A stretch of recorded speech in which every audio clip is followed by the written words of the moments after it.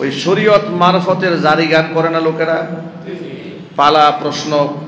পাল্টা প্রশ্ন করে, ওযু গোসলের খবর নাই শরীয়তের প্রশ্ন করে, পাক পবিত্রতার খবর নাই, শরীয়তের পর্দা পুশিতার খবর নাই, তারা পালা গান করে, ঠিক কিনা? একদিন আমি রাস্তা দিয়ে যাচ্ছি, দোকানে খুব সাউন্ড দিয়ে বাজানো হচ্ছে পালা গান। তো যিনি শরীয়তের কথা বলেন, আরেকজন মারিফতের কথা বলেন ওদের ভাষায়।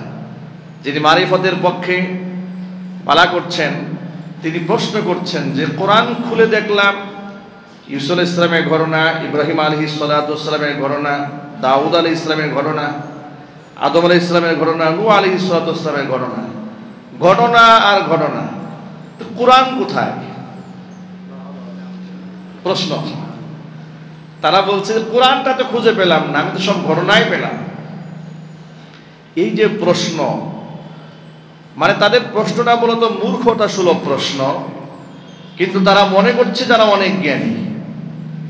মনে রাখবেন, আপনি কতটুকু জ্ঞানী মানুষ এটা আপনার প্রশ্নের মাধ্যমে আন্দাজ করা যাবে, আপনার জ্ঞানের গভীরতা, ঠিক কিনা বলেন? আপনি এমন কথা বলবেন, এমন প্রশ্ন তুলবেন, প্রশ্নের মাধ্যমে আমি বুঝে ফেলবো যে আপনার জ্ঞানের দৌরাত্ম্য কতটুকু।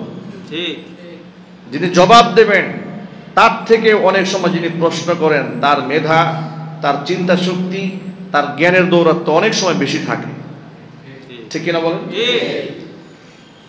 কোরআন শব্দের অর্থই তার জানা নাই, এই জন্য সে প্রশ্নটা করেছে। এই প্রশ্নের জবাব কি? কোরআনে কিসাস আছে, কাহিনী আছে, আহকামাত আছে, বিধিবিধান আছে, নসিহত আছে, ওয়াজ আছে। যেমন আল্লাহ পাক তার রাসূলকে বলছেন যে ওয়াজাদিলহুম বিল্লাতী হিয়া আহসান, আপনি আপনার প্রতিপক্ষের সাথে মোকাবেলা করবেন সর্বোত্তম পদ্ধতিতে।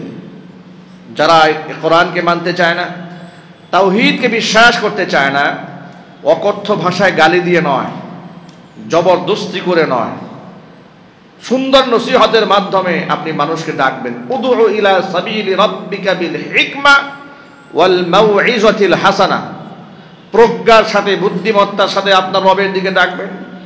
সুন্দর সুন্দর ওয়াল মাউইযাতিল হাসানা, সুন্দর সুন্দর ওয়াজের মাধ্যমে মানুষদেরকে আপনার রবের দিকে ডাকবেন।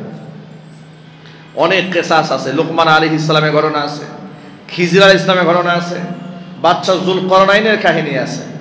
এই যে এত কাহিনী পুঞ্জ আল্লাহ কোরআনে দিলেন। কোরআন শব্দের অর্থ হচ্ছে, কোরআন মানে হচ্ছে অধিক পঠিত, মানে যা সর্বাধিক পড়া হয়, এটাকে আরবিতে কোরআন বলা হয়। যেহেতু এই পৃথিবীতে কোরআনের চেয়ে বেশি পড়া হয়, বেশি পাঠক এই পৃথিবীতে কোনো বইয়ের আছে নাকি? না।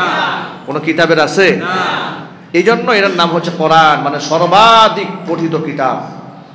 সর্বাধিক পঠিত কিতাবের নাম হচ্ছে কি? কোরআন মাজিদ।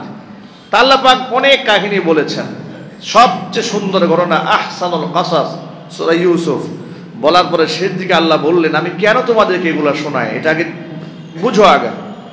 লাকাদ কানা ফি কাসাসিহিম ইবরাতুল লিউলিল আলবাব, জ্ঞানীদের জন্য এদের কিচ্ছার মধ্যে আছে অনেক বড় শিক্ষা, এই জন্য তোমাদেরকে কাহিনী শোনায়।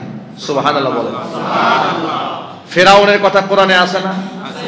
কারুনের কথা আছে না? হামানের কথা আছে না? আবু জাহালের ব্যাপারে বক্তব্য আছে না? কেন আছে? কেন আছে?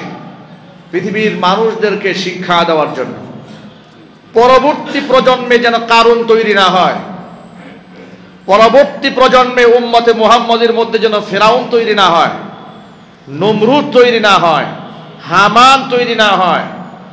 ফানজুর কাইফা কানা আকিবাতুল মুকাদ্দিবিন, ফানজুর কাইফা কানা আকিবাতুল মুজরিমিন।